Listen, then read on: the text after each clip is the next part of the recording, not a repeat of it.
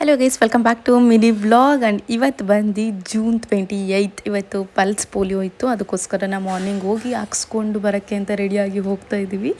So ಅದಕ್ಕೋಸ್ಕರನೇ ಮುಗಿಸ್ಕೊಂಡು ಬಂದ ತಕ್ಷಣ ಪಟ್ ಅಂತ ಎಡಿಟ್ ಮಾಡಿಬಿಟ್ಟು ಅಪ್ಲೋಡ್ ಮಾಡ್ತಾ ಇದ್ದೀನಿ.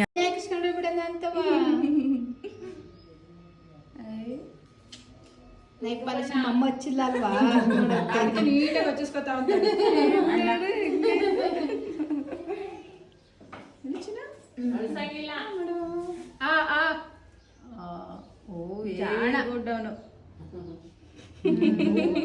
ಜಾಣ ಕಣಪ್ಪ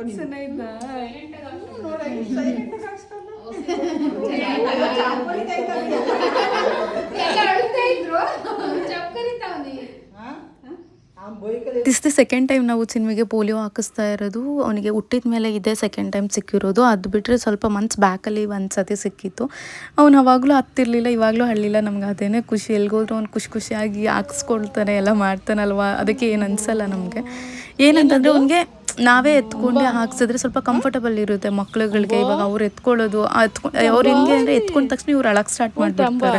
ಸೊ ನಿಮ್ಮ ಮಕ್ಳನ್ನ ನೀವೇ ಎತ್ಕೊಂಡು ಹಾಕ್ಸಿದ್ರೆ ಅದು ಸ್ವಲ್ಪ ಅವ್ರಿಗೆ ಕಂಫರ್ಟಬಲ್ ಇರುತ್ತೆ. ಆ್ಯಂಡ್ ಅವಾಗ ಅಷ್ಟು ಅಳಲ್ಲ. ಅವ್ರಿಗೆ ಏನಂದರೆ ಹಿಂಗೆ ಬಾಯೆಲ್ಲ ಹಿಂಗೆ ಇಸ್ಕೋದು, ಪ್ರೆಸ್ ಮಾಡೋದು, ಈ ಥರ ಎಲ್ಲ ರಫಾಗಿ ಇದು ಮಾಡಿದ್ರೆ ಸ್ವಲ್ಪ ಅನ್ಕಂಫರ್ಟಬಲ್ ಯಾವಾಗ ಆಗುತ್ತೆ ಅವಾಗ ಅಳಕ್ಕೆ ಸ್ಟಾರ್ಟ್ ಮಾಡ್ತಾರೆ. ಯೂಶ್ವಲಿ ಜನಗಳ ಮಧ್ಯ ಜಾಸ್ತಿ ಇಲ್ಲದೆ ಹೋಗಿರೋ ಮಕ್ಳುಗಳು ಜನಗಳು ನೋಡಿದ್ರು ಅಳಕ್ಕೆ ಸ್ಟಾರ್ಟ್ ಮಾಡ್ತಾರೆ.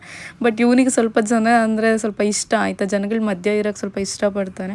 ಅದಕ್ಕೋಸ್ಕರ ಅವನ್ನೆಲ್ಲರೂ ನೋಡಿಕೊಂಡು ಆ ಥರ ಸ್ವಲ್ಪ ಕ್ಯೂರಿಯಸ್ ಆಗಿಬಿಡ್ತಾನೆ ಅವಾಗ ಹೋದಾಗ.